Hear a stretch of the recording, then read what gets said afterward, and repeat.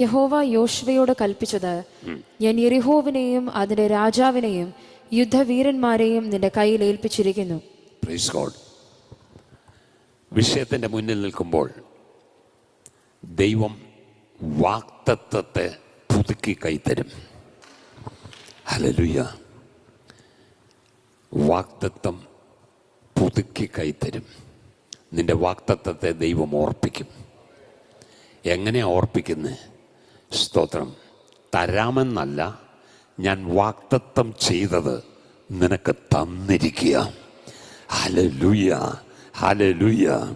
ദൈവവൈതലേ സ്തോത്രം. ജീവിതത്തിൽ നീ ക്രമീകരണം ഏറ്റെടുത്ത് നിൽക്കുമ്പോൾ നിന്റെ വിഷയത്തെക്കുറിച്ച് ദൈവം നിനക്ക് മുമ്പ് തന്ന വാഗ്ദത്തം, ഹല്ലേലൂയ, തരാമെന്നല്ല, നിനക്ക് ഞാൻ മുമ്പ് തന്ന വാഗ്ദത്തം ഇതാ ഞാൻ നിന്റെ കയ്യിൽ തന്നിരിക്കുന്നു.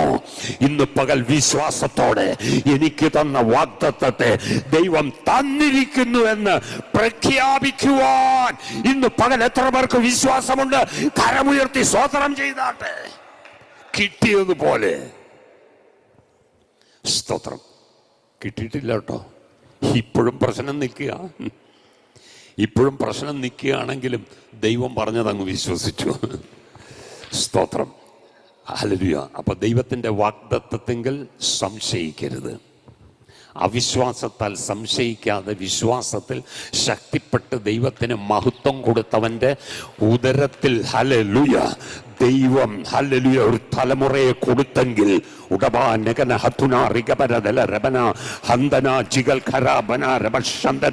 പ്രായം കഴിഞ്ഞിട്ടും പുത്രോത്പാദനത്തിനുള്ള ശക്തി നഷ്ടപ്പെട്ടിട്ടും ഗർഭധാരണത്തിനുള്ള ഗർഭപാത്രത്തിന്റെ നിർജീവത്വം ഗ്രഹിച്ചിട്ടും ലോകപരമായി ബുദ്ധിപരമായി സയന്റിഫിക്കായി ഒന്നും നടക്കത്തില്ല. 100% എഴുതി തള്ളിയ വിഷയത്തെ വിളിച്ചു വരുത്തി നിവർത്തിച്ചു കൊടുത്ത ദൈവമല്ലേ ഞാൻ നിങ്ങളെ സേവിക്കുന്ന ദൈവം. ഇന്ന് പകൽ അതുപോലെ ചില പ്രവർത്തികൾ യേശുവിന്റെ നാമത്തിൽ സംഭവിക്കട്ടെ.